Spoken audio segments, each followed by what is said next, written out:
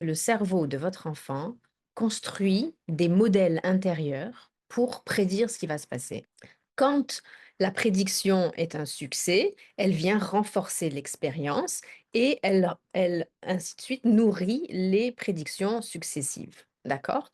Quand la prédiction n'est pas un succès, il y a un ajustement de toute cette boucle-là qui se fait et le cerveau ajuste un petit peu sa prédiction en fonction de la réalité, en fonction des sensations internes et aussi en fonction de ce qui se passe à l'extérieur.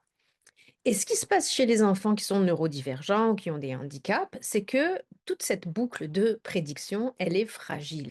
Ce qui arrive, c'est que un changement soudain ou une erreur de prédiction peut déclencher une réelle détresse chez un enfant qui ne sait pas comment la gérer.